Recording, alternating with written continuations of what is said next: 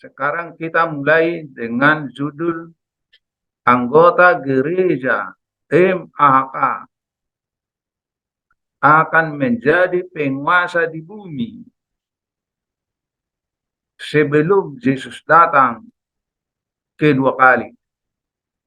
Pembicara di Menenggolan. Inilah rencana Tuhan dari sejak bumi diciptakan, seperti dalam sesuai dengan Matius 25 ayat 34. Dikatakan, dan raja itu akan berkata kepada mereka yang di sebelah kanannya, mari hai kamu yang diberkati oleh Bapakku, terimalah kerajaan yang telah disediakan bagimu sejak dunia dijadikan. Matius 25 ayat 34. Berita yang sangat menarik bagi anggota gereja MAK bila termasuk menjadi gadis bijaksana di gereja MAK. Jadi kita harus termasuk di dalam 5 gadis bijaksana di gereja MAK. Jadi kita harus menjadi gadis bijaksana.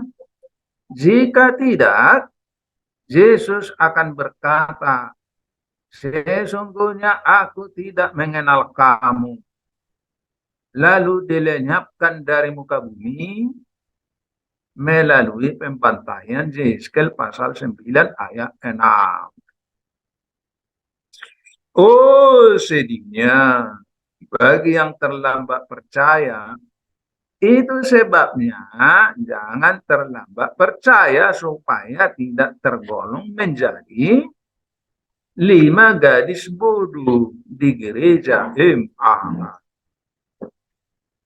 Siapa yang percaya nubuatan ini akan menjadi gadis bijaksana, akan ikut menikmati semua rencana Tuhan bagi umatnya di bumi. Yang sekarang ini, seperti yang dikatakan, segala kuasa, segala kekuasaan akan mengabdi dan patuh kepada orang-orang kudus.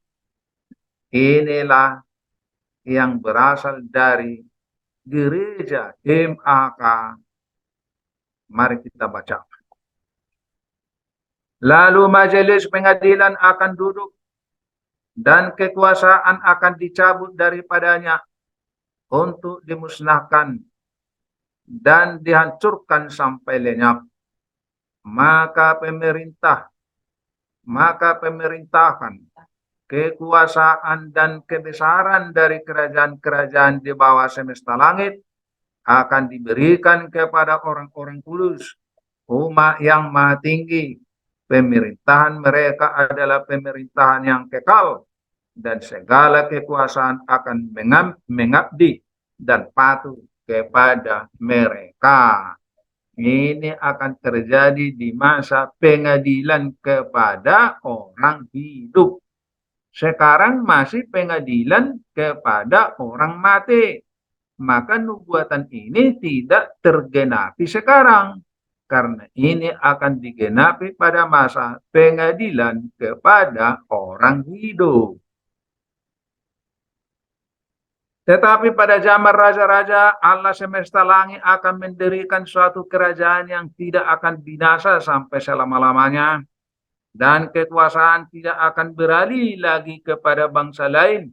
Kerajaan itu akan meremukkan segala kerajaan dan menghabisinya. Tetapi kerajaan itu sendiri akan tetap untuk selama-lamanya. Daniel 2 ayat 44.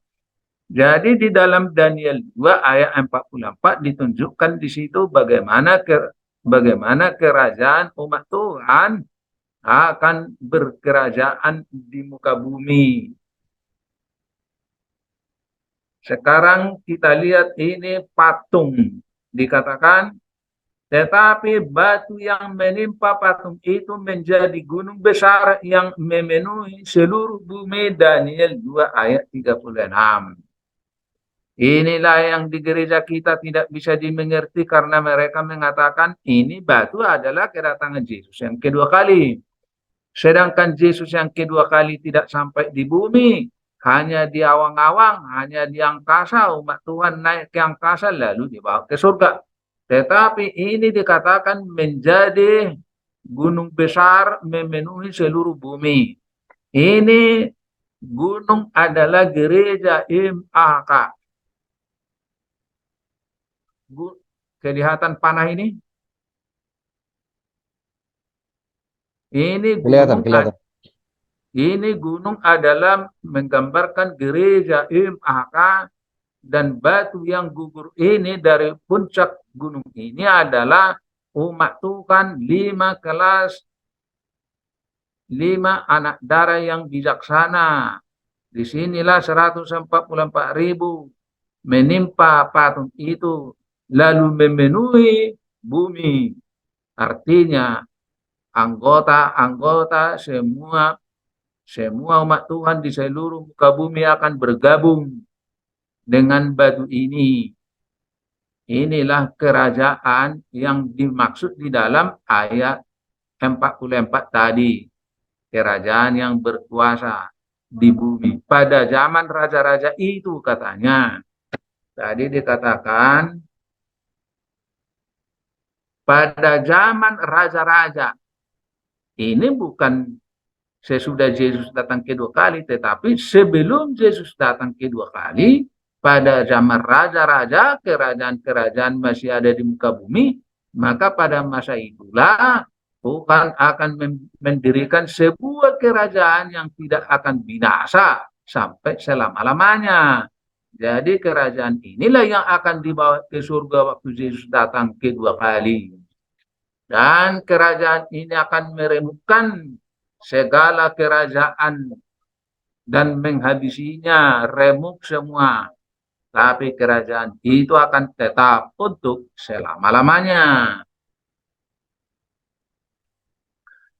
Lalu dikatakan Yesaya 2 ayat 4. Ia akan menjadi hakim antara bangsa-bangsa dan akan menjadi wasit bagi banyak suku bangsa.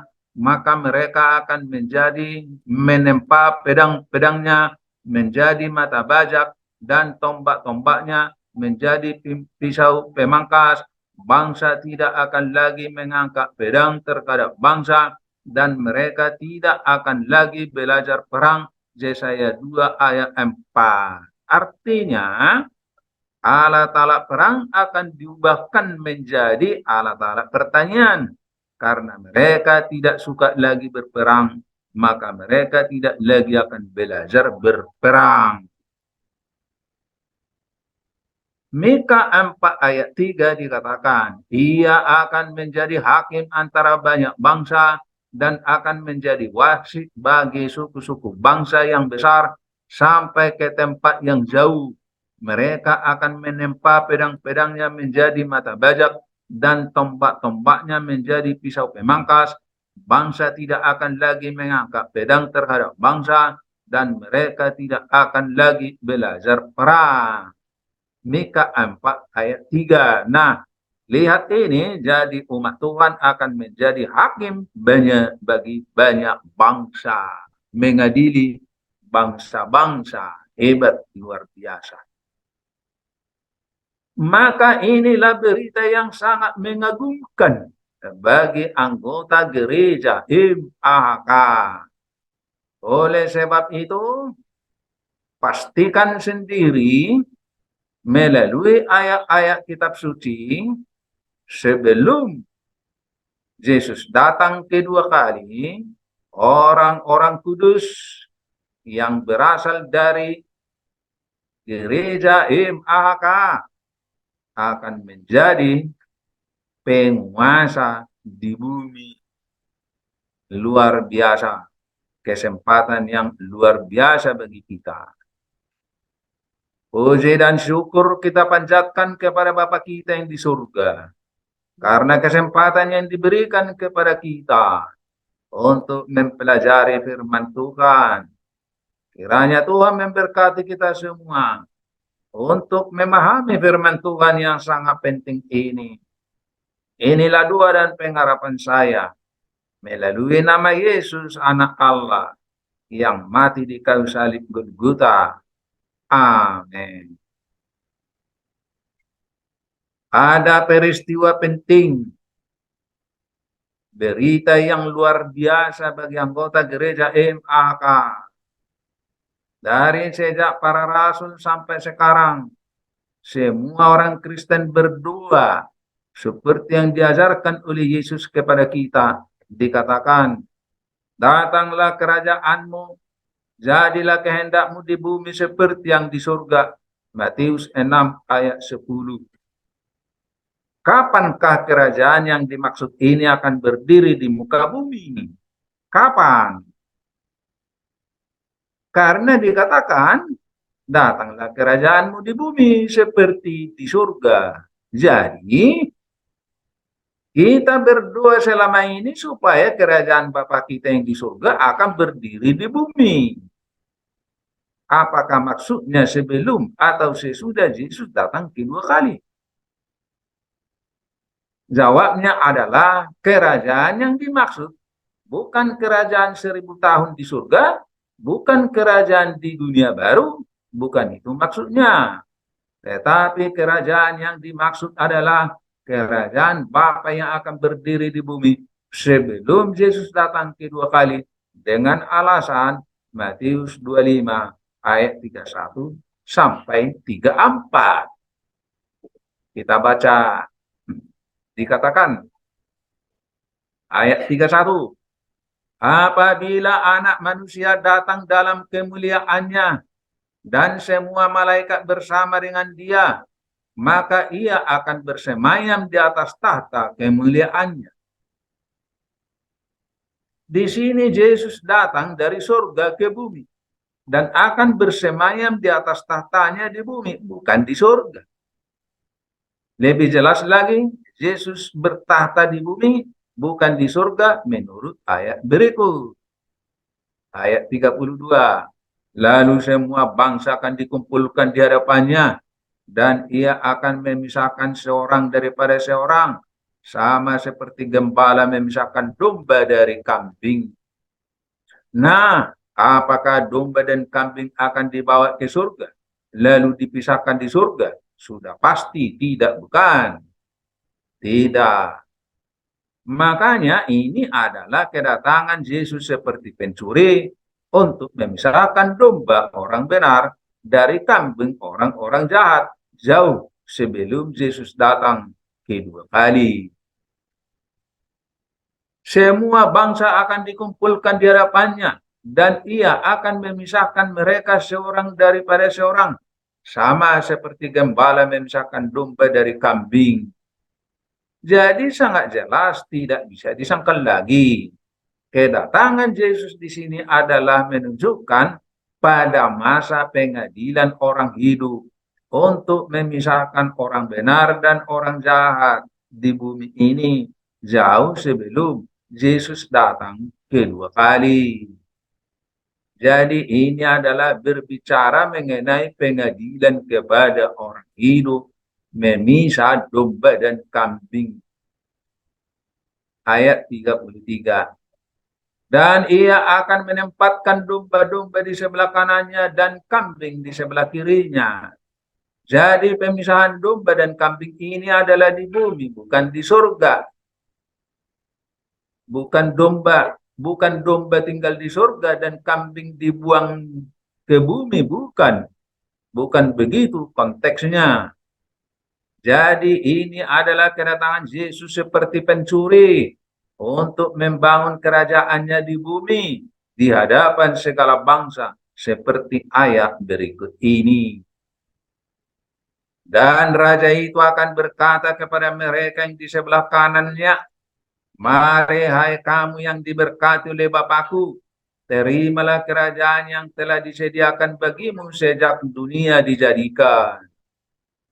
Nah, inilah kerajaan bagi umat Tuhan di bumi. Kerajaan seperti di surga. yang direncanakan sejak dunia dijadikan. Kerajaan inilah yang kita doakan selama ini, seperti yang diajarkan Yesus kepada kita. Kerajaan akan berdiri di bumi sebelum Yesus datang kedua kali. Alasan yang lebih lengkap lagi. Mari kita baca. Karena kepada orang jahat yang di sebelah kirinya masih diberi kesempatan tanya jawab dengan Yesus, dikatakan. Ayat 42 dan 43. Sebab ketika aku lapar, kamu tidak memberi aku makan. Ketika aku haus, kamu tidak memberi aku minum. Ketika aku seorang asing, kamu tidak memberi aku tumpangan. Ketika aku telanjang, kamu tidak memberi aku pakaian. Ketika aku sakit dan dalam penjara, kamu tidak melawat aku. Matius 25 ya 42, 43.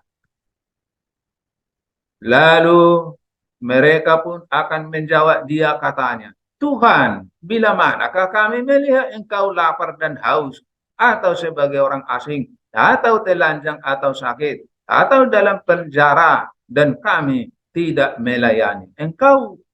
Maka ia menjawab mereka, aku berkata kepadamu, sesungguhnya segala sesuatu yang tidak kamu lakukan untuk salah seorang dari yang paling hina ini, penginjil maksudnya, kamu tidak melakukannya juga untuk aku. Matius 25 ayat 445. Nah, mungkinkah Yesus akan bertanya jawab dengan orang jahat di surga sesudah Yesus datang kedua kali? Tidak mungkin, bukan.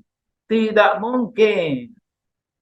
Makanya tidak bisa dibantah lagi kedatangan Yesus dalam Matius 25 ayat 31 adalah kedatangan Yesus seperti pencuri sesuai dengan Matius 24 ayat 35 dan ayat 43.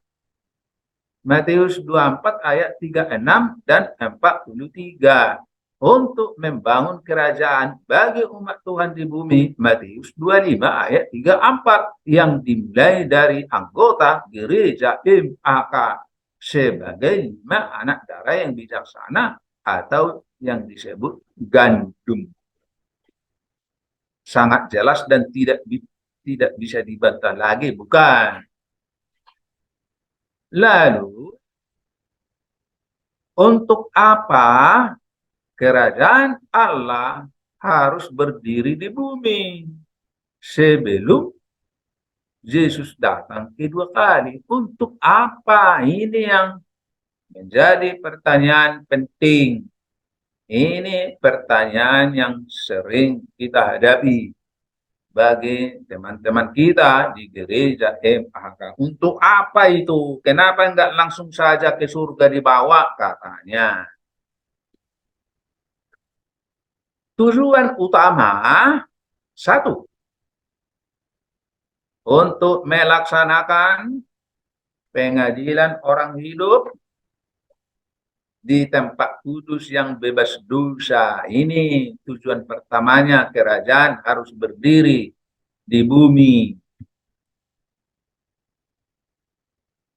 Di tempat kudus yang bebas dosa di bumi. Sesuai dengan Yeremia 31 ayat 31 sampai 34, Yeremia 50 ayat 20, Ibrani 8 ayat 8 sampai 12, Efesus 5 ayat 27, Wahyu 15 ayat 2, boleh dibaca sendiri karena acara kita panjang.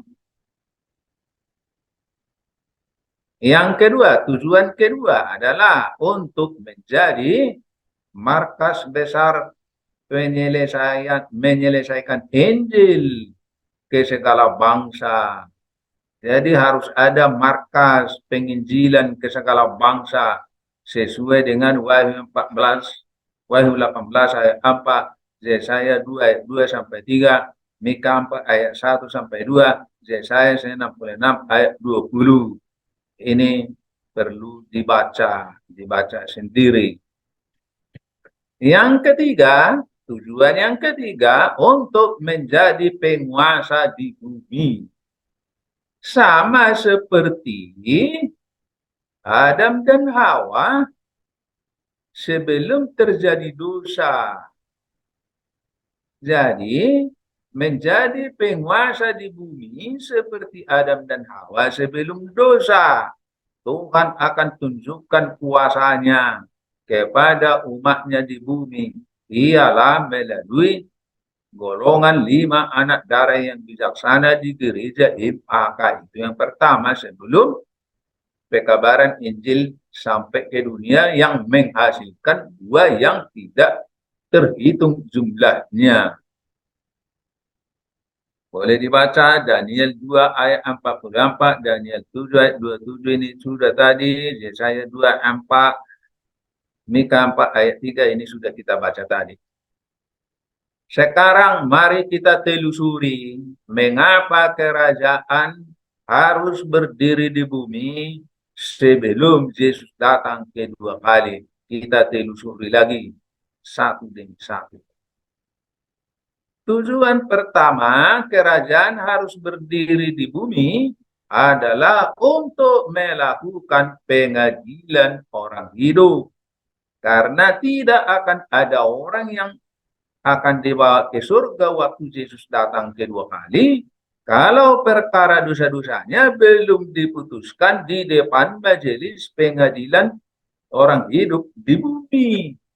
Ini yang sama sekali tidak dimengerti oleh teman-teman kita di gereja IMAHK mengenai pengadilan orang hidup. Bagaimana tata laksananya, di mana akan terjadi, kapan. Nah, ini perlu kita ketahui.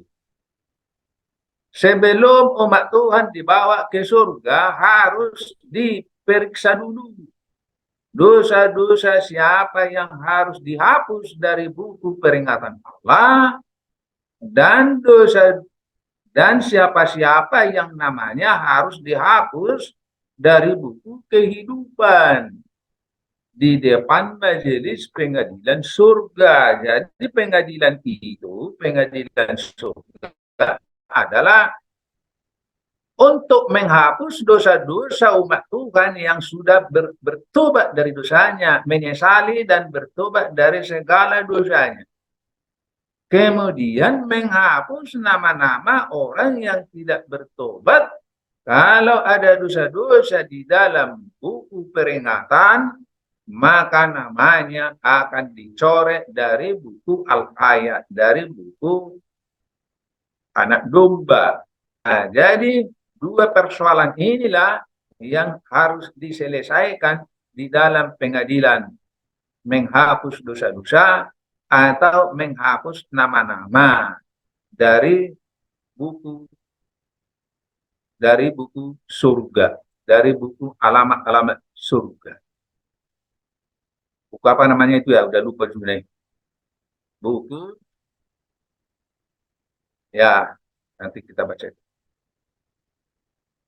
Berdasarkan undang-undang keadilan dan kebenaran.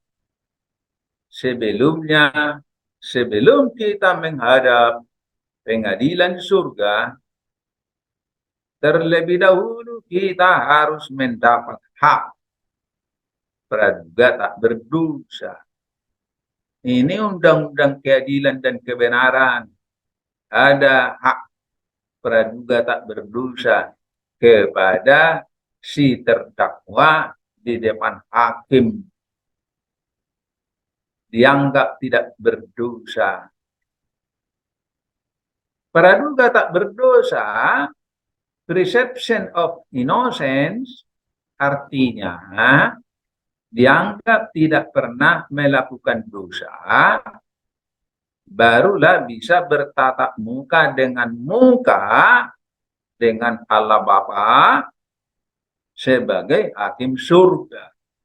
Kalau di pengadilan dunia, semua orang yang terdakwa, yang sudah berada di depan hakim, semua diberi hak praduga tak bersalah.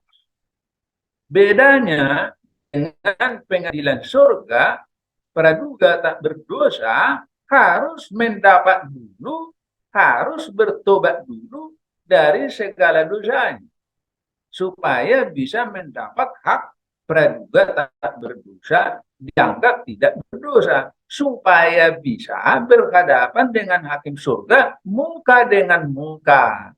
Ini bedanya pengadilan dunia dengan pengadilan surga. Sistemnya sama, tetapi prakteknya berbeda. Kalau pengadilan dunia, siapa saja kalau sudah didakwa di depan hakim, dia dianggap tidak berdosa, tidak bersalah. Nah, kenapa begitu? Karena seorang pembunuh, ada orang yang membunuh, lalu dibawa ke hadapan hakim, dia dianggap tidak bersalah di depan hakim. Artinya dia belum bisa disebut pembunuh, karena ada kemungkinan dia bebas dari tuntutan hukum. Misalnya, seorang polisi menembak seorang perampok, ditembak dari depan jarak 2 meter. Lalu dia dituntut di depan hakim. Lalu diperiksa oleh hakim. Jarak berapa meter kau tembak? Ya 2 meter. Kenapa dia kau tembak? Karena di tangannya ada golok. Lalu saya diancam dengan golok. Maka ku tembaklah dia. Nah, menurut undang-undang, orang yang membela diri dari pembunuhan, lalu dia membunuh, dia bebas dari tuntutan. Tetapi kalau misalnya seorang pencuri, ketahuan lalu dia lari, lalu ditembak dari belakang, mati dia, dibawa ke hakim.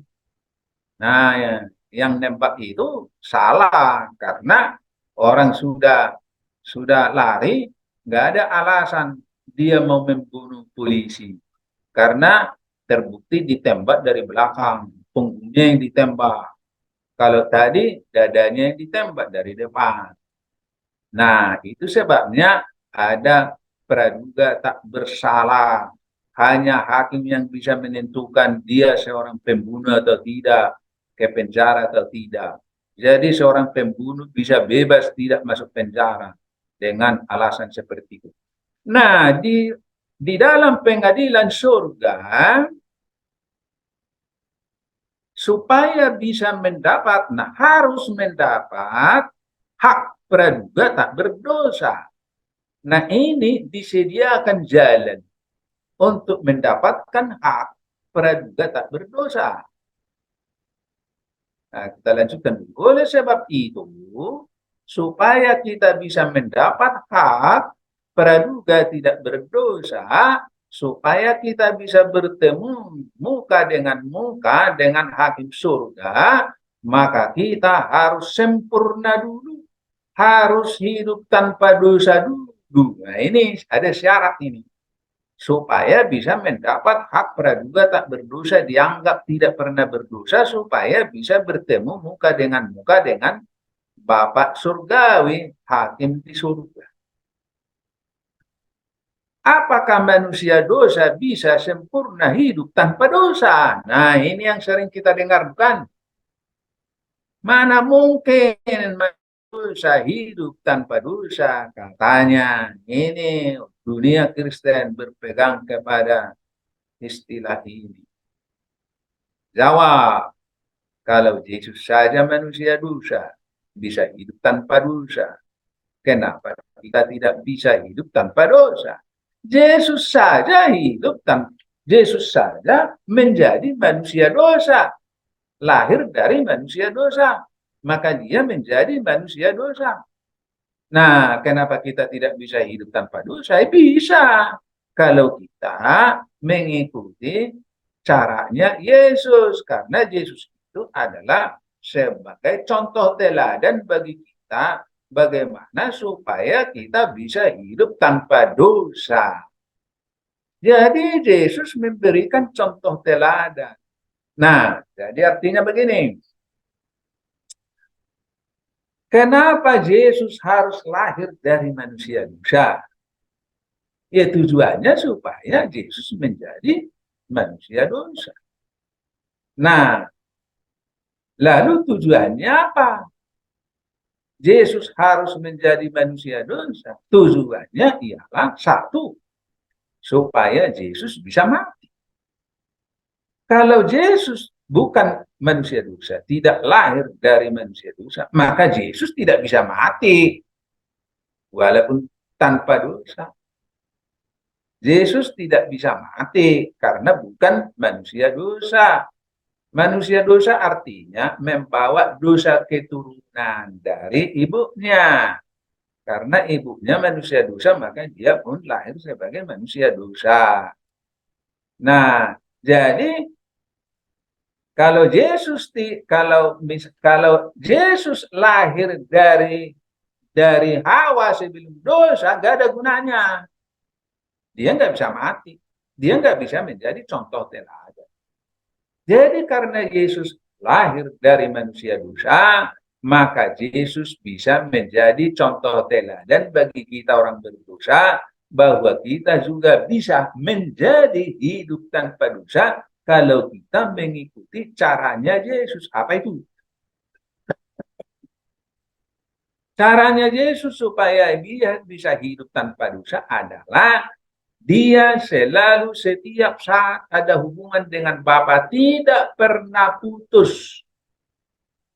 Nah, kita juga bisa hidup tanpa dosa seperti Yesus kalau hubungan kita dengan Bapa tanpa putus, tidak pernah putus. Roh Nubuat mengatakan, Henok 300 tahun hidup tanpa dosa karena Henok bernafaskan doa. Setiap saat bernafaskan doa, ada hubungan dengan surga setiap saat. Makanya dia bisa hidup tanpa dosa. Ada guru saya di Jakarta. Mula-mula saya datang ke Jakarta, dialah guru saya. Pada waktu kita tanya belakangan ini, terakhir saya ketemu dengan beliau, saya tanya, apakah kita harus sempurna hidup tanpa dosa? Jawabnya apa? Tidak mungkin. Ya itu tidak mungkin. Katanya. Lalu saya bilang, Henok kenapa bisa hidup tanpa dosa? Ya itu lain itu. Apa lainnya? Ya, apa lainnya? Jadi, inilah salahnya dunia Kristen. Tidak percaya harus sempurna hidup tanpa dosa. Itu artinya tidur di dalam dosa kesayangannya sendiri. Nah, kita teruskan.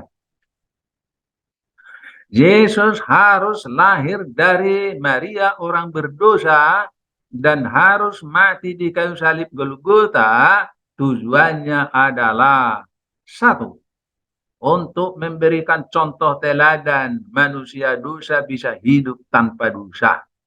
Dua, untuk membayar hutang dosa bagi yang bertobat meninggalkan segala dosanya. Kalau Yesus bukan manusia dosa, maka dia tidak bisa mati untuk membayar dosa kita. Betul? Nah, jadi dia harus mati. Kalau dia bukan manusia dosa, dia tidak bisa mati. Hebat ya, tujuan Tuhan itu luar biasa bagi kita. Makanya tidak ada alasan untuk mengatakan kita tidak mungkin bisa sempurna hidup tanpa dosa. Karena Yesus sebagai manusia dosa sudah membuktikannya hidup tanpa dosa. Dia hidup tanpa dosa. Karena dikatakan, dia yang tidak mengenal dosa telah dibuatnya menjadi dosa karena kita, supaya dalam dia kita dibenarkan oleh Allah. 1 Korintus 5 ayat 21. Yesus dibuatnya menjadi dosa. Caranya bagaimana Yesus dibuat menjadi dosa? Caranya adalah Yesus lahir melalui manusia dosa, Maria orang berdosa, supaya Yesus menjadi manusia dosa, memiliki sifat dosa. Baca Mazmur 51 ayat 7. Ini penting dibaca ini. supaya Yesus bisa menjadi contoh teladan bagi kita. Bagaimana caranya supaya kita bisa menjadi hidup tanpa dosa, supaya kita bisa dibenarkan oleh Allah. Ini betul-betul sebagai rahasia di dunia Kristen. Umumnya tidak percaya harus sempurna, tapi kita harus percaya supaya selamat. Ellen G. White mengatakan, dalam kebaikannya yang dipinjamkan, kita bisa sempurna dalam lingkungan kita, sebagaimana Allah sempurna di dalam lingkungannya. Ini perlu diingat. Dikatakan kita harus sempurna seperti Bapamu yang di surga, bukan maksudnya supaya kita menciptakan langit-langit, bukan. Tetapi di lingkungannya dia sempurna, maka kita juga di lingkungan kita harus sempurna. Jadi Bapak menghadapi pemberontakan Lucifer, tidak ada yang salah di pihak Bapak, enggak ada sampai sekarang. Nah, jadi di lingkungan kita harus sempurna, jangan ada kesalahan. Itu maksudnya. Jadi kita bisa sempurna di lingkungan kita. Maksudnya supaya jangan ada dosa. Yesus mengatakan, hendaklah kamu sempurna seperti Bapamu adalah sempurna. Jika kamu adalah anak-anak Allah, kamu akan mengambil bagian dalam sifatnya. Dan kamu tidak bisa tidak, kecuali seperti dia. Nah, jadi Ellen G. White mengatakan kita harus menjadi seperti dia, hidup tanpa dosa. Kata Ellen G. White, karena itu haruslah kamu sempurna sama seperti Bapamu yang di surga adalah sempurna. Matius 5 ayat 48 ini dikutip oleh Ellen G. White. Karena itu menyatakan sesuatu konklusi, suatu kesimpulan dari apa yang sudah berlalu sebelumnya. Ada banyak ayat itu. Karena itu, kata Yesus, engkau bisa menjadi seperti dia dalam tabiat dan berdiri tanpa kesalahan di hadapan manusia dan malaikat-malaikat, kata Ellen G. White di dalam bukunya Khotbah di atas bukit halaman 86. Jadi ini sangat jelas ya. Kita harus sempurna, artinya harus meninggalkan segala dosa. Sebab imam besar yang kita punya bukanlah imam besar yang tidak dapat turut merasakan kelemahan-kelemahan kita. Sebaliknya sama dengan kita. Ia telah dicobai hanya tidak berbuat dosa. Ibrani 4 ayat 15. Yesus dicobai hanya tidak berbuat dosa. Yesus dicobai karena Yesus sudah menjadi manusia dosa. Sama seperti kita. Sebelum Yesus lahir dari Maria orang berdosa, ketika Yesus datang ke bumi, iblis tidak pernah mencobai Yesus. Karena tidak ada gunanya. Karena Yesus itu adalah bosnya si iblis. Dia tahu kuasanya. Yesus mengusir dia dari surga. Dia tahu itu. Jadi dia tidak mungkin mendekati Yesus. Percuma, nggak ada gunanya. Tapi setelah Yesus lahir dari manusia dosa, nah dia merasa bahwa dia akan menang, mengalahkan Yesus. Coba kalau Yesus melakukan dosa, apa yang terjadi? Yesus akan mati untuk selamanya. Nggak ada yang menebus dia. Apa Bapak mau mati menebus dia? Hal yang tidak mungkin. Jadi, kalau Yesus melakukan dosa, maka rencana penebusan menjadi gagal total.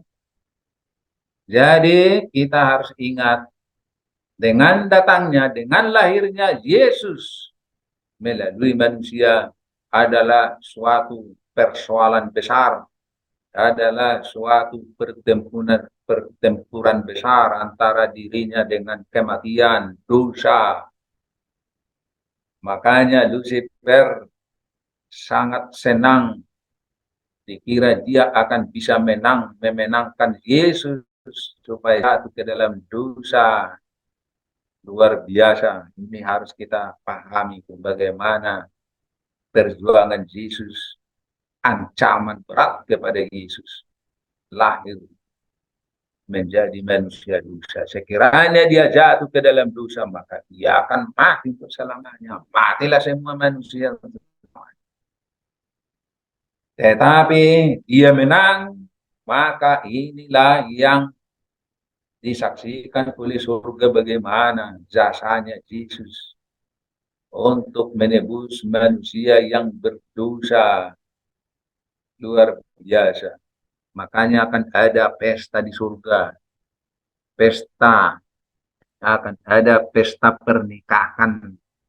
Yesus sebagai suami. Umat itu menjadi istri. Nanti kita akan saksikan itu ada di Rom 2 menjelaskannya.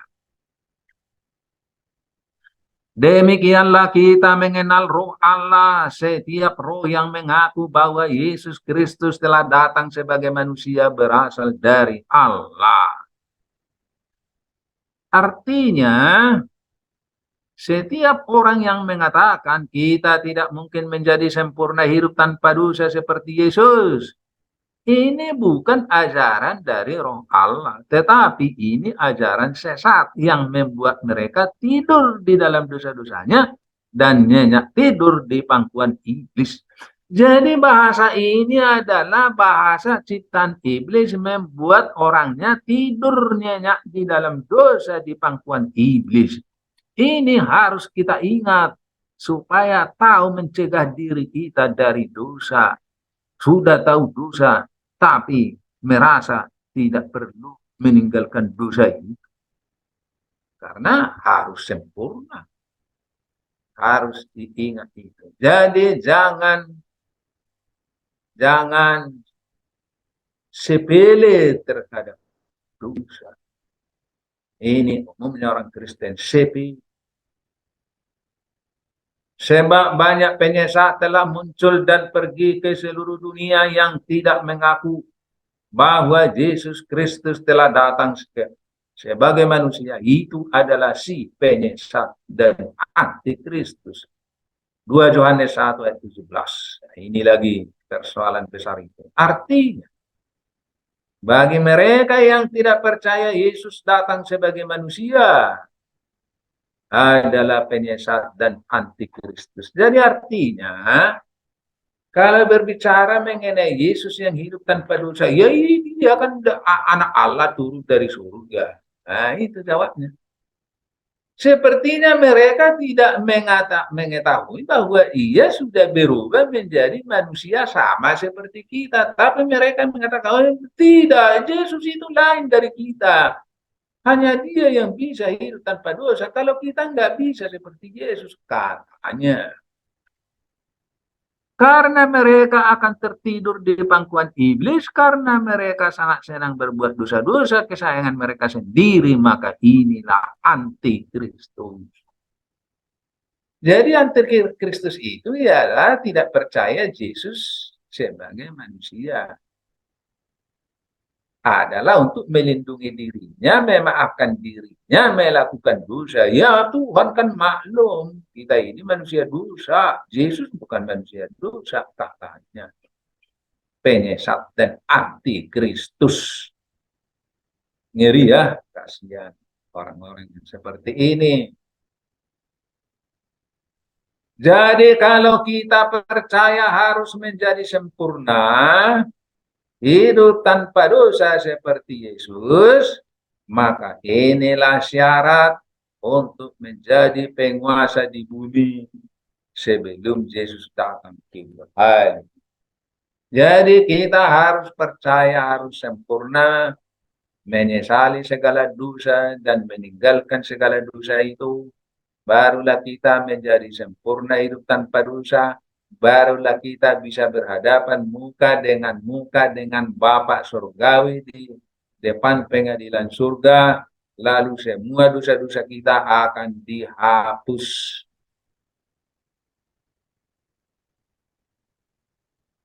Tetapi sebaliknya, bagi yang tidak percaya harus sempurna hidup tanpa dosa seperti Yesus, mereka akan lenyap seperti lalang yang akan dibuang sebelum panen.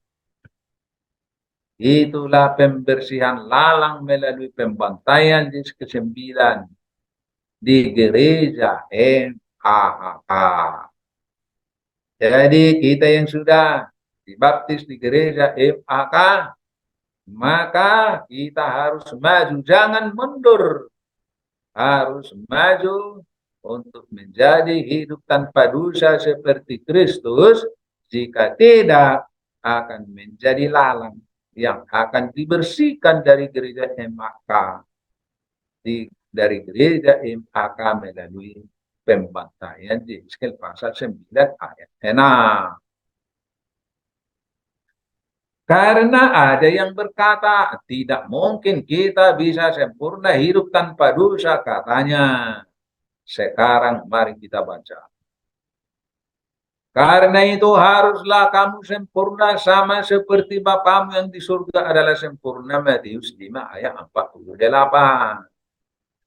Kata si 5 gadis bodoh itu tidak mungkin karena kita ini manusia dosa, katanya. Berarti si 5 gadis bodoh ini pun tidak percaya kalau Yesus sempurna hidup tanpa dosa, karena Yesus juga manusia dosa, karena Yesus lahir dari orang berdosa. Makin sesat lagi, bukan? Berarti, jadi kalau dikatakan, kalau si 5 gadis bodoh mengatakan itu tidak mungkin karena kita manusia dosa. Berarti si 5 gadis bodoh ini pun tidak percaya kalau Yesus sempurna hidup tanpa dosa. Karena Yesus juga manusia dosa. Karena Yesus lahir dari orang berdosa. Makin sesat lagi. Jadi kalau dikatakan tidak mungkin kita sempurna hidup tanpa dosa karena kita manusia dosa, padahal Yesus pun manusia dosa. Berarti dia tidak percaya kalau Yesus hidup tanpa dosa. Nah, ini persoalannya. Berarti saya makin kacau. Kalau Yesus ada salah, apa risikonya? Gagal penebusan. Dia akan mati juga. Tapi karena dia tidak mati, membuktikan bahwa Yesus tidak pernah salah. Yesus sempurna hidup tanpa dosa.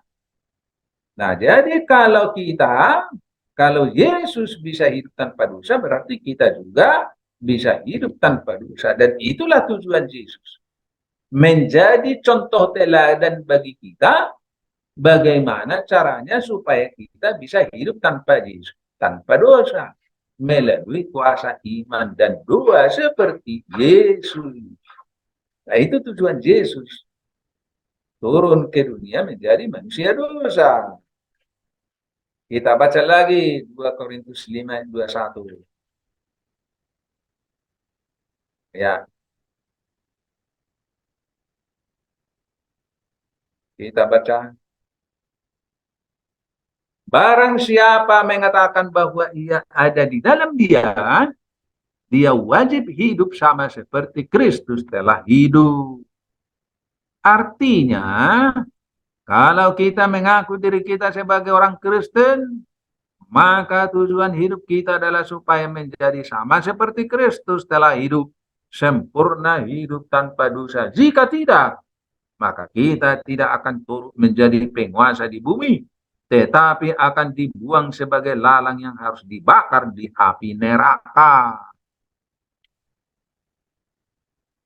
Berat juga kan? Karena itu setiap orang yang tetap berada di dalam dia tidak berbuat dosa lagi. Artinya, Kalau kita masih melakukan dosa, berarti kita belum berada di dalam Dia karena kita masih terpancing oleh kuasa si iblis untuk melakukan dosa. Hal ini harus kita sadari dan datang kepada Yesus supaya kita ditolong dan dituntun kepada penurutan yang sempurna supaya hidup tanpa dosa.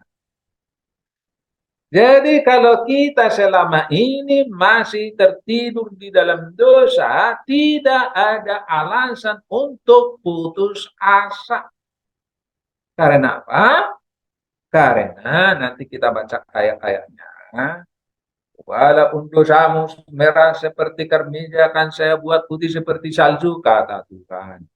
Walaupun itu merah patma, akan saya buat putih seperti bulu domba. Artinya betapapun besarnya dosa kita akan diputihkan kalau kita mau mengakui dan menyesali dan meninggalkan dosa itu.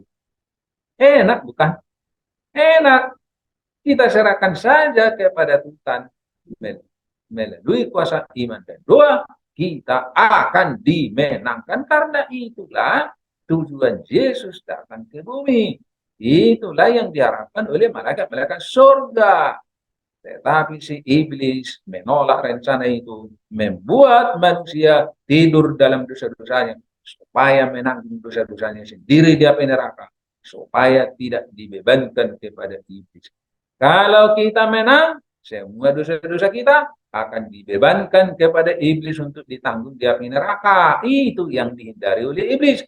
Makanya dia berusaha dan berusaha membuat umat Tuhan jangan melihat kebenaran, supaya mereka gagal masuk surga, supaya tanggung dosanya sendiri di api neraka. Bebaslah dia, bebaslah iblis dari dosa-dosa itu, karena dia yang menciptakan dosa itu. Sangat jelas ya. Baik, kita teruskan. Seperti setiap orang yang lahir dari Allah tidak berbuat dosa lagi. Sebab benih ilahi tetap ada di dalam dia. Ini yang harus kita cari, kita harapkan. Kita harus tuntut. Dan ia tidak dapat berbuat dosa karena ia lahir dari Allah. Ini yang harus kita cari. Capai. Kita harus mencapai. 1 Yohanes 3:9. Nah, kita tahu bahwa setiap orang yang lahir dari Allah tidak berbuat dosa, tapi dia yang lahir dari Allah melindunginya dan si jahat tidak dapat menjamahnya. Ini sangat jelas itu ya. Artinya apa? Kalau kita masih berdosa, kita belum lahir dari Allah. Tetapi masih dalam proses pertobatan sampai kita lahir dari Allah. Hidup tanpa dosa. Itu tujuan hidup kita. Jadi tujuan hidup kita adalah supaya hidup tanpa dosa, meninggalkan segala dosa. Nah, untuk ini perlu kita berdoa minta kepada Tuhan supaya ditunjukkan segala dosa-dosa kita untuk kita tinggalkan. Karena tidak mungkin kita bertobat dari dosa kalau kita tidak tahu dosa kita. Nah, ini yang harus kita doakan. Dan Tuhan akan memberi pengetahuan kepada kita. Jadi, bagi mereka yang mengatakan kita tidak mungkin bisa sempurna seperti Yesus, kalau sudah menurut 60% kita sudah selamat, katanya. Inilah bahasa dari antikristus. Mereka ini tidak bisa selamat karena mereka mau hidup di dalam dosa-dosa kesayangan mereka sendiri. Ini persoalannya. Praduga tak berdosa. Perception of innocence.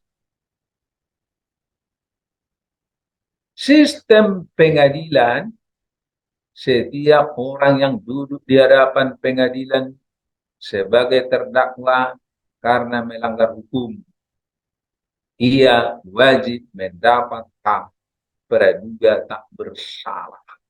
Ini di pengadilan dunia.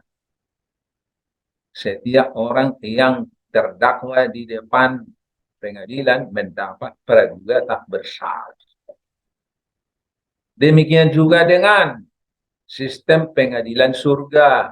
Setiap orang berdosa yang duduk di depan hakim surga sebagai terdakwa karena melanggar perintah Tuhan, maka ia wajib mendapat hak praduga tidak berdosa. Artinya, dia dianggap tidak berdosa karena sudah bertobat, meninggalkan segala dosanya, sudah sempurna hidup tanpa dosa. Lalu bagaimana dengan orang yang tidak percaya harus sempurna, lalu tidur dalam dosa? Itulah yang dibantai dalam pembantaian jilid ke-9 sebelum pengadilan orang hidup. Karena mereka ini tidak bisa berhadapan dengan hakim surga muka dengan muka, maka diamankan di dalam kubur. Jadi hanya orang yang mendapat praduga tak berdosa karena sudah meninggalkan segala dosanya yang bisa berhadapan dengan hakim surga. Ya kalau enggak mati. Mati. Karena apa? Karena dosa. Jadi sebelum berhadapan dengan hakim surga, orang berdosa yang tidak mau bertobat diamankan di dalam kubur, maka mereka akan diadili di dalam kuburnya. Namanya dicoret dari buku Al-Ayat. Nah, lalu dikatakan maksud dan tujuan praduga tak berdosa adalah supaya kita tidak mati ketika menghadap hakim surga muka dengan muka di depan majelis pengadilan surga. Jadi, kalau kita sudah sempurna, sudah hidup tanpa dosa, melalui kuasa iman dan doa. Nah ini. Jadi, banyak orang yang mengatakan, berat itu. Susah itu. Ya, bukan susah, tidak mungkin. Tetapi Yesus mengatakan, apa yang kau lakukan, kamu juga bisa melakukannya dan lebih besar dari apa yang kulakukan. Jadi kalau Yesus bisa hidup tanpa dosa, maka kita juga bisa hidup tanpa dosa. Itu maksudnya. Matius 5 ayat 45, 1 Yohanes 2, 6, 1 Yohanes 3, 6, dan ayat 9, 1 Yohanes 5, 18, Efesus 5, 27. Maka kita akan dianggap tidak pernah berbuat dosa kalau kita sudah meninggalkan segala dosa kita. Ya, ini ayat-ayat boleh dibaca. Ini tadi Yesaya 1 ayat 18, 1 Yohanes 1 ayat 9. Barang siapa yang 1 Yohanes 1 ayat 9, barang siapa yang mengakui dosanya, dia menjadi suci sama seperti Kristus yang adalah suci. 1 Yohanes 3 ayat 3. Jadi sama maksudnya. Jadi tidak ada alasan untuk putus asa karena dosa. Tuhan memberikan jalan. Jalan kepada orang berdosa supaya jangan putus asa. Yesaya 1 ayat 18, 1 Yohanes 1 ayat 9, 1 Yohanes 3 ayat 3. Inilah jalan supaya tidak perlu putus asa bagi orang berdosa.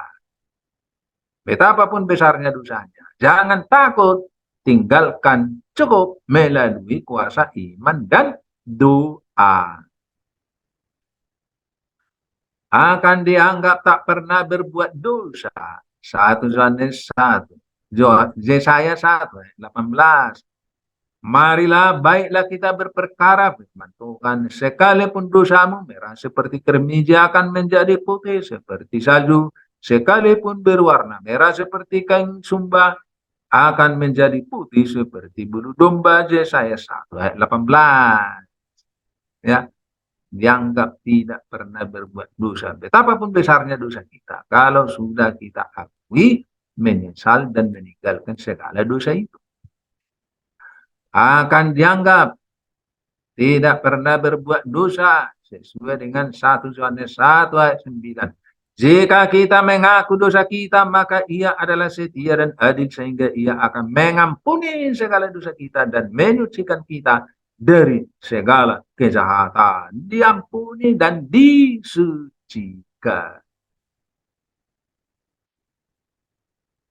1 Yohanes 3 ayat 3 dikatakan, setiap orang yang menaruh pengharapan itu kepadanya menyucikan diri sama seperti dia yang adalah suci. Menjadi suci seperti Yesus.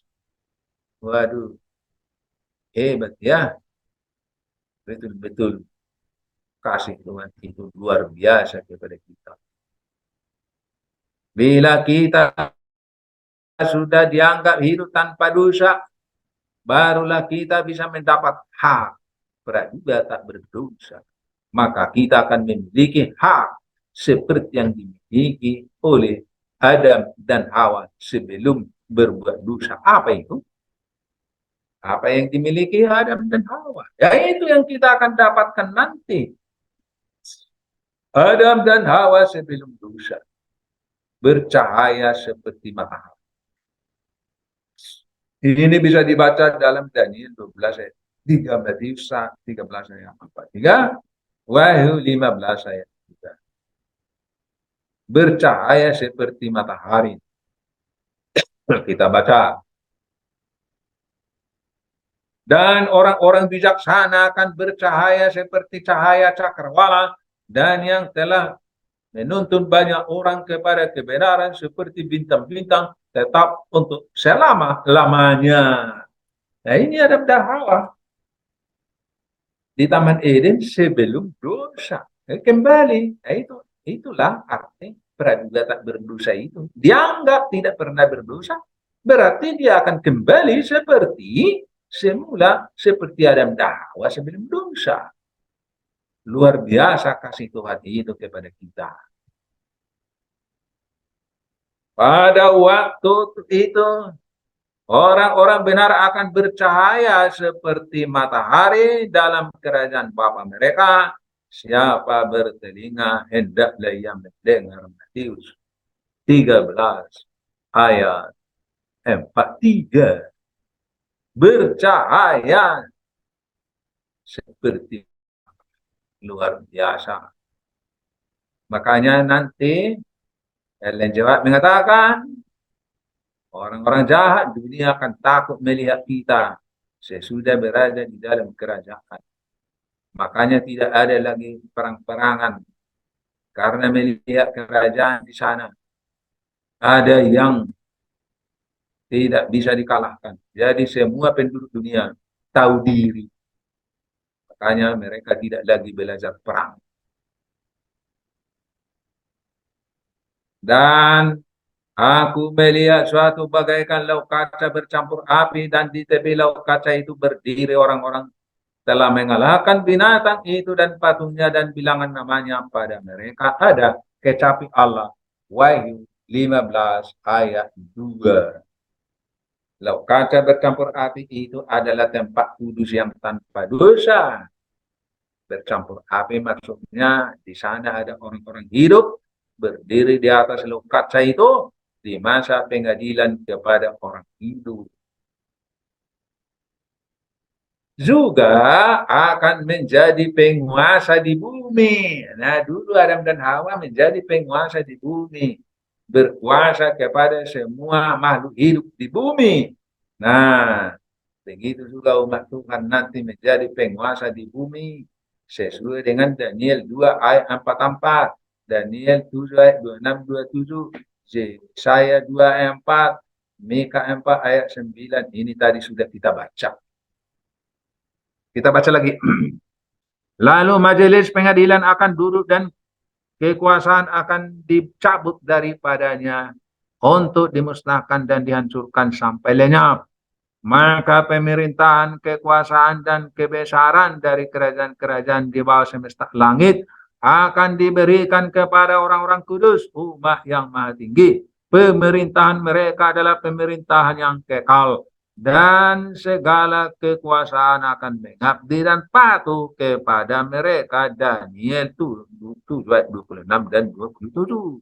Inilah bagian daripada orang yang sudah mendapat hak praduga tak berdosa di masa pengadilan kepada orang hidup. Jadi ayat 26 ini adalah masa pengadilan kepada orang hidup. Jadi pada masa itu kuasa dunia hilang lenyap. Tidak artinya tidak ada yang bisa menghadapi umat Tuhan. Tetapi pada zaman raja-raja Allah semesta langit akan mendirikan suatu kerajaan yang tidak akan binasa sampai selama-lamanya. Dan kekuasaan tidak akan beralih lagi kepada bangsa lain. Kerajaan itu akan meremukkan segala kerajaan dan menghabisinya. Tapi kerajaan itu sendiri akan tetap untuk selama-lamanya. Daniel 2 ayat 44. Berkuasa di bumi seperti Adam dan Hawa berkuasa di bumi. Ia akan menjadi hakim antara bangsa-bangsa dan akan menjadi wasit bagi bangsa, banyak suku bangsa. Maka mereka akan menempa pedang-pedangnya menjadi mata baja dan tombak-tombak menjadi pisau pemangkas. Bangsa tidak akan lagi mengangkat pedang terhadap bangsa dan mereka tidak lagi belajar perang. Maka bangsa-bangsa akan merubah alat-alat perangnya menjadi alat-alat pertanian. Sekarang alat-alat pertanian, duit untuk pertanian diganti untuk membeli alat-alat perang. Nanti akan berakhir perang yang seperti ini, yang sekarang ini. Berakhir sebentar lagi berakhir. Mika 4 ayat 3, ia akan menjadi hakim antara banyak bangsa dan akan menjadi wasit bagi suku-suku bangsa yang besar sampai ke tempat yang jauh. Mereka akan menempa pedang-pedangnya menjadi mata bajak dan tombak-tombaknya menjadi pisau pemangkas. Bangsa tidak akan lagi mengangkat pedang terhadap bangsa dan mereka tidak akan lagi belajar perang.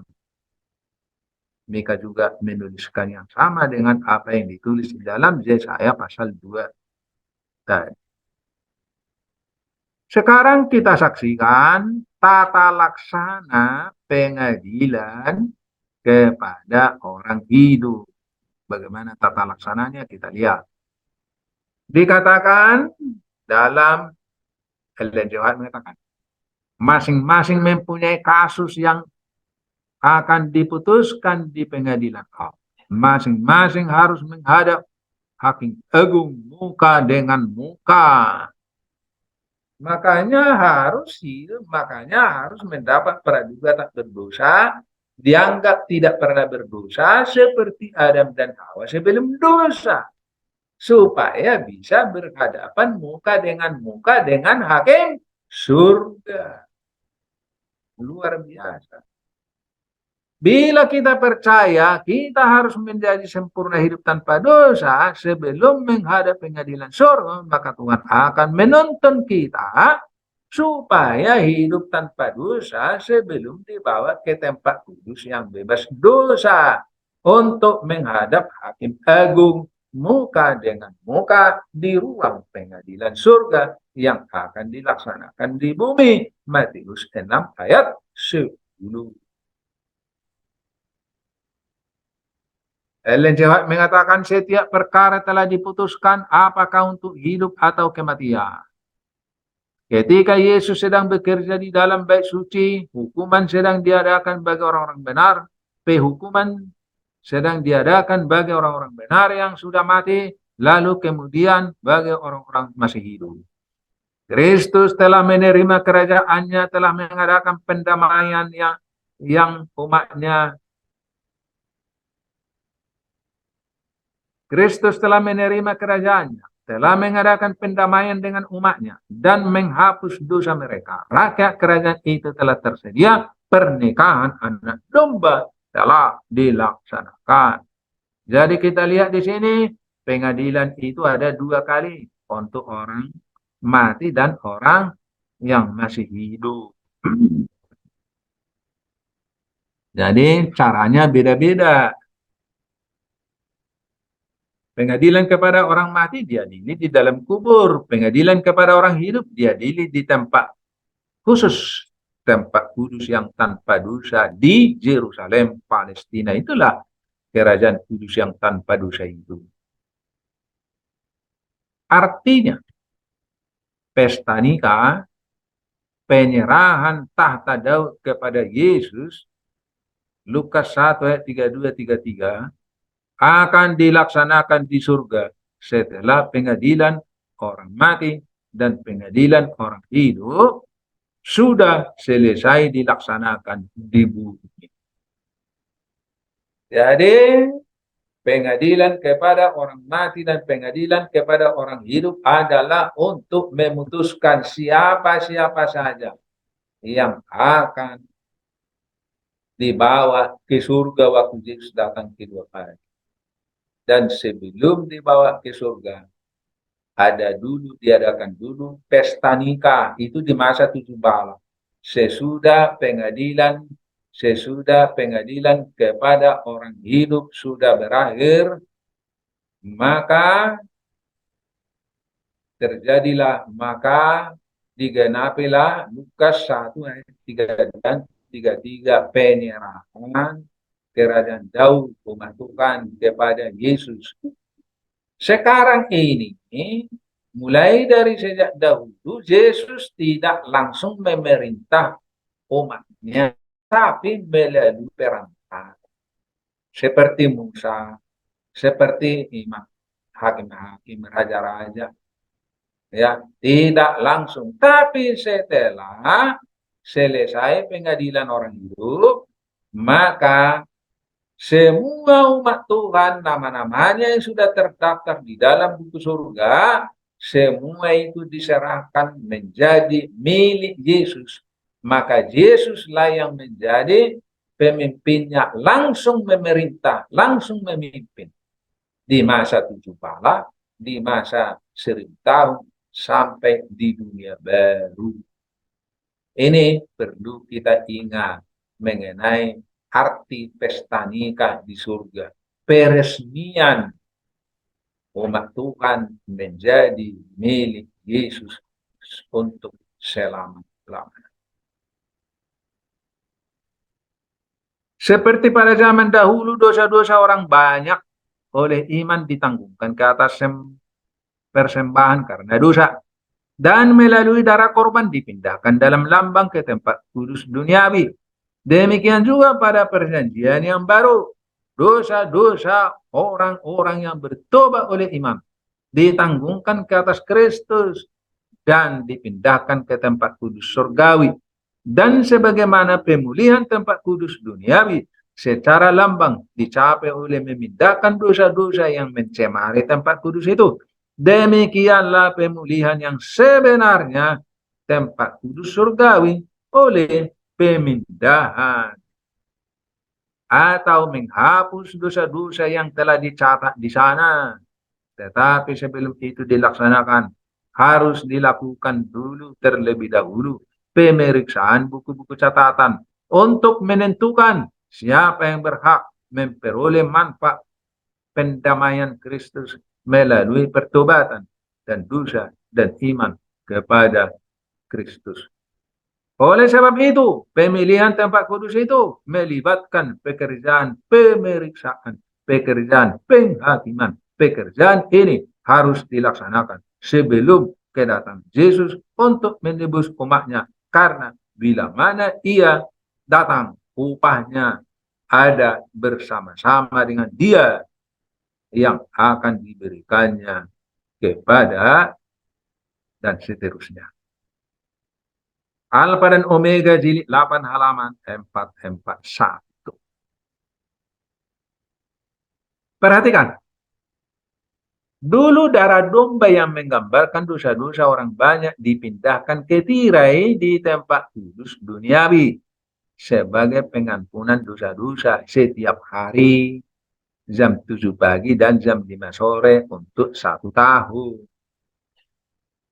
Begitu juga pada masa perjanjian baru. Dosa-dosa orang yang bertobat oleh iman ditanggungkan ke atas Kristus. Artinya Semua dosa itu dicatat di tempat kudus surgawi selama hidupnya, yang akan dihapus di masa pengadilan di surga sekali untuk selama hidup seseorang. Simbol hari pendamaian dilakukan sekali dalam 1 tahun di masa perjanjian lama.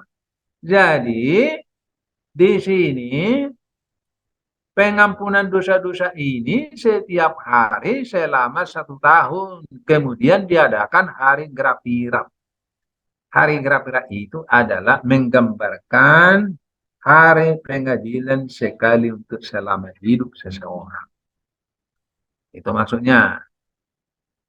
Jadi pemulihan tempat kudus duniawi untuk membersihkan tumpukan darah yang dipercik ketirai di tempat kudus selama 1 tahun itu mengartikan dosa-dosa yang mencemari tempat kudus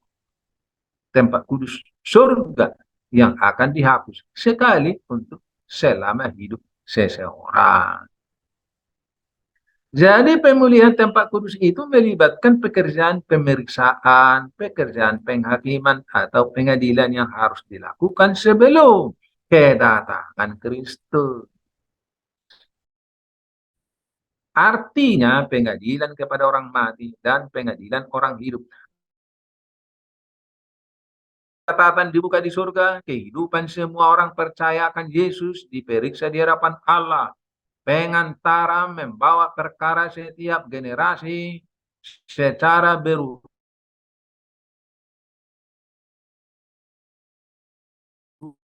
mulai dari mereka yang pertama perkara diperiksa dengan teliti, ada nama yang diterima, ada nama yang ditolak.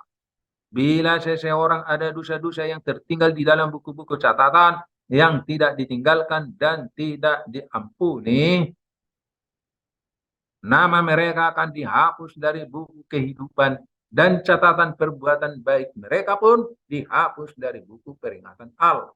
Semua yang telah benar-benar bertobat dari dosa dan melalui iman mengakui darah Yesus sebagai korban pendamaian bagi mereka, maka mereka memperoleh keampunan atas nama mereka sendiri dalam buku yang di surga.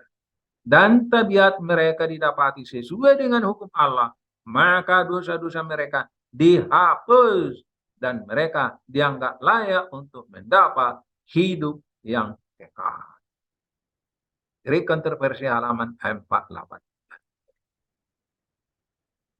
Setiap perkara telah diputuskan, setiap mutiara orang saleh telah dihitung.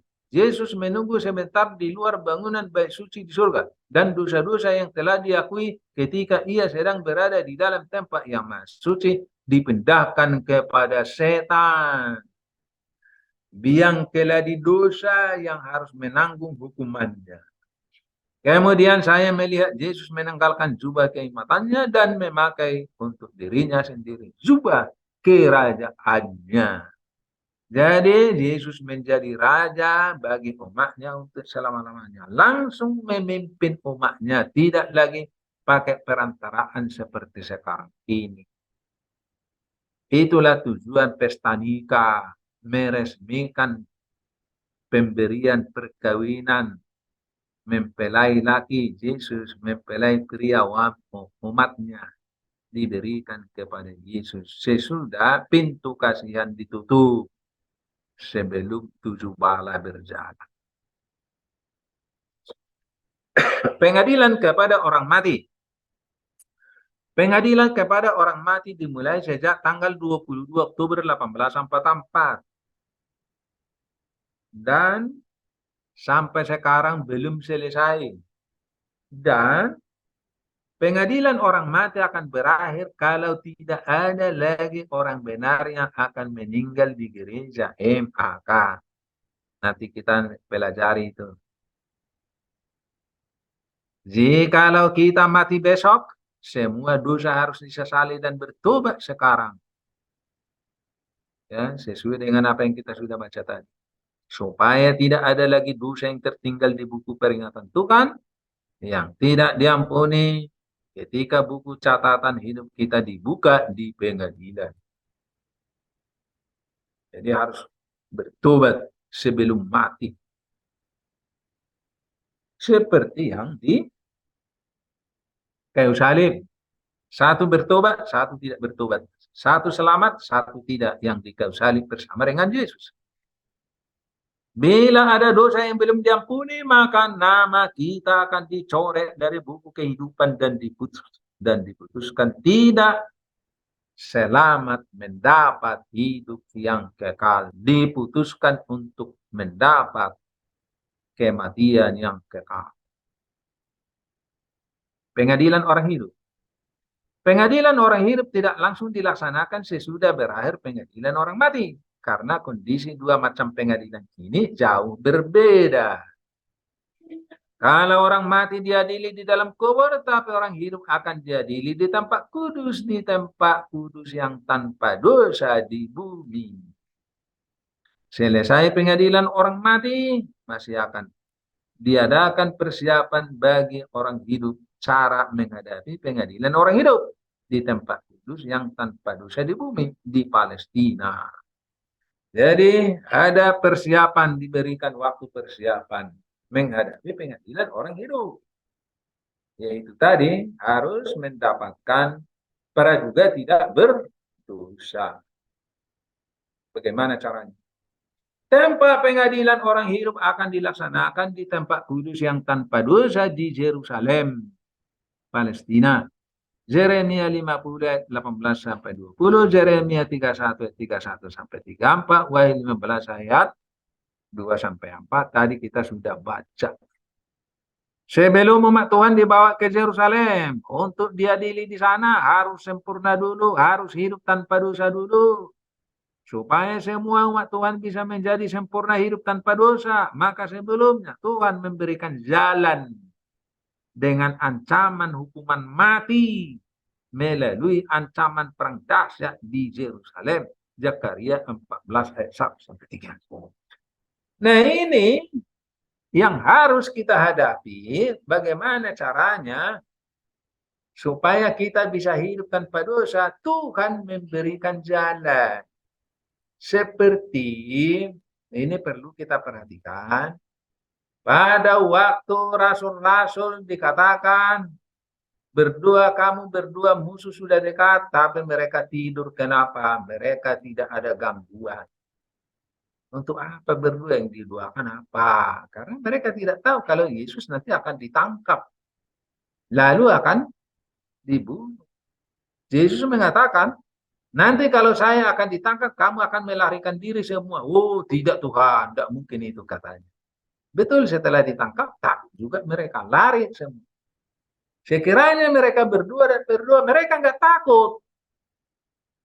Mereka tidak takut, mereka siap mati. Nah, tetapi Tuhan memberikan jalan. Apa itu? Sebelum Yesus naik ke surga, mereka dibawa ke Bukit Sion. Sesudah bertemu 40 hari. Lalu Yesus memberkati mereka, damailah kalian semua, diangkat tangan. Pelan-pelan Yesus naik. Sampai tidak kelihatan lagi ketakutanlah mereka. Tadinya mereka, pada waktu Yesus di dalam kubur, mereka ketakutan, nyawa mereka terancam dibunuh. Tapi setelah Yesus bangkit dari kubur, itu juga rupanya. Mereka nggak takut lagi. Aman mereka. Nggak ada orang Yahudi yang mengancam mereka. Tapi setelah Yesus naik ke surga, muncullah ketakutan mereka kembali. Lalu mereka melihat-lihat ke surga, ke langit, tapi nggak ada artinya malaikat datang. Ngapain kalian lihat-lihat ke atas? Begitu dia naik, begitu dia juga akan turun. Kamu lihat nanti.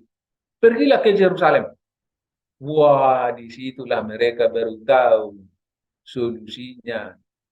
Mengobati ketakutan mereka adalah berdoa. Maka mereka berlari ke Yerusalem untuk berdoa. Berapa hari? 10 hari. Tadi 5 menit berdoa, disuruh berdoa, nggak bisa. Sekarang 10 hari. Sampai mereka mendapat kuasa roh. Itu juga akan kita alami nanti supaya kita bisa hidup tanpa dosa melalui ancaman perang dahsyat di Yerusalem. Zakaria 14 ayat 1 sampai 3. Ini adalah untuk menuntun kita supaya berdoa dan berdoa maksimum tanpa berkeputusan supaya kita menjadi termeterai hidup tanpa dosa. Setelah termeterai, setelah sempurna hidup tanpa dosa, barulah perang meledak. Mereka diancam, kita akan diancam hukuman mati, tapi kita tidak akan takut. Karena kita sudah tahu jalan-jalannya untuk selamat sampai ke kerajaan. Kita teruskan. Ancaman hukuman mati melalui ancaman perang dahsyat di Yerusalem akan membuat kita bisa berdoa maksimum. Doa yang tidak berkeputusan. Sampai semua umat Tuhan menjadi sempurna hidup tanpa dosa, artinya menjadi termeterai selama empat angin masih ditahan. Wahyu 1 sebelum perang dahsyat meledak di Yerusalem. Sesudah semua umat Tuhan termeterai, barulah empat angin akan dilepas dan perang dahsyat pun pecah yang akan berpusat di Yerusalem. Akan diuji di masa perang. Ketika terjadi perang dahsyat di Yerusalem, Amerika akan membuat undang-undang perang dan undang-undang hari Minggu tanda binatang itu. Pada masa inilah anggota gereja MAK dan Davidian akan diuji siapa yang termeterai dan siapa yang tidak termeterai.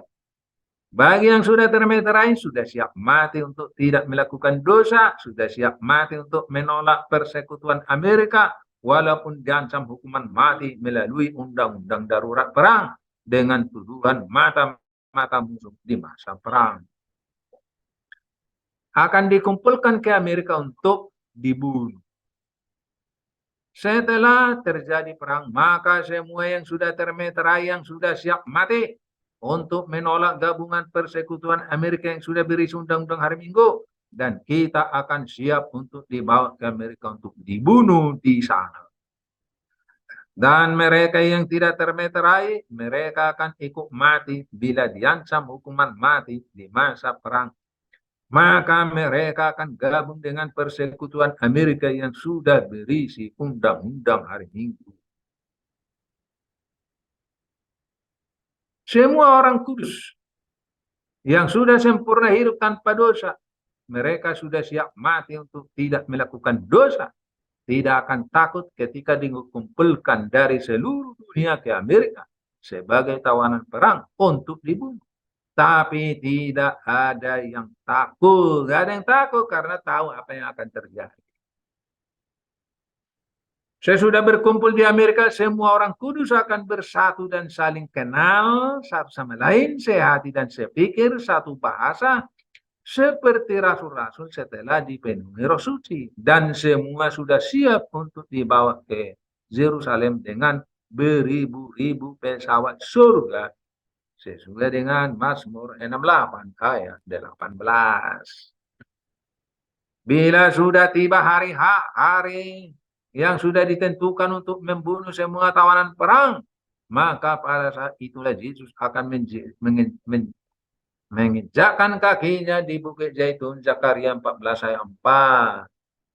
Maka terjadilah gempa bumi yang paling dahsyat di seluruh dunia. Maka seluruh umat manusia akan pergi ke tempat ibadah masing-masing untuk berdoa minta pertolongan dari Tuhan. Orang-orang Kristen akan pergi ke gerejanya masing-masing untuk minta perlindungan dari Tuhan, termasuk anggota gereja MAAK yang menerima undang-undang hari Minggu, yang memasuki persekutuan Amerika yang sudah berisi undang-undang hari Minggu, yang mereka tidak ada ancaman perang. Mereka tidak dibawa ke Amerika, mereka aman di tempatnya masing-masing. Lalu apa yang akan terjadi kepada mereka? Nanti kita akan lihat. Pembantaian Yesus ke-9 terjadi di gereja MAAK. Ketika anggota gereja MAAK bergabung dengan Amerika di masa perang, maka mereka bebas dari ancaman hukuman mati. Tapi ketika Yesus menginjakkan kakinya di Bukit Zaitun, lalu terjadi gempa dahsyat di seluruh dunia. Lalu mereka masuk ke gerejanya masing-masing untuk minta perlindungan kepada Tuhan. Tetapi mereka mati semua di gereja MHK di seluruh dunia. Karena pembantaian Yesus ke-9 di gereja MHK. Karena memasuki persekutuan Amerika yang berisi undang-undang tanda binatang itu. Anggota gereja MHK yang bijaksana menjadi penguasa di bumi. Setelah terjadi gempa bumi di seluruh dunia, para tentara yang sudah siap membunuh tawanan perang juga lari ke gerejanya masing-masing untuk berdoa minta perlindungan dari Tuhan. Lalu tawanan perang pun menjadi bebas tanpa tentara pengawal. Setelah pembantaian Yesus ke-9 sudah terjadi, maka semua umat Tuhan sudah siap dibawa ke kerajaan di Yerusalem, Palestina. Kemudian semua orang kudus sudah tahu sebelumnya. Pesawat-pesawat surga akan datang untuk menjemput orang-orang kudus sambil menunggu kedatangan kereta-kereta surga. Kemudian bila kereta-kereta surga sudah datang, suara malaikat-malaikat akan berseru kepada orang-orang kudus. Naik semua. Kita baca dalam 1 Amaran sekarang, jilid 1 nomor 11 halaman 29. Maka semua anggota gereja MHK golongan 5 anak darah yang bijaksana akan dibawa masuk ke kerajaan kudus yang tanpa dosa untuk menghadiri pengadilan kepada orang hidup. Maka disinilah akan digenapi nubuatan Daniel 7 ayat 26-27 yang mengatakan, ini kita sudah baca tadi, boleh kita baca lagi. Lalu majelis pengadilan akan duduk dan kekuasaan akan dicabut daripadanya untuk dimusnahkan dan dihancurkan sampai lenyap.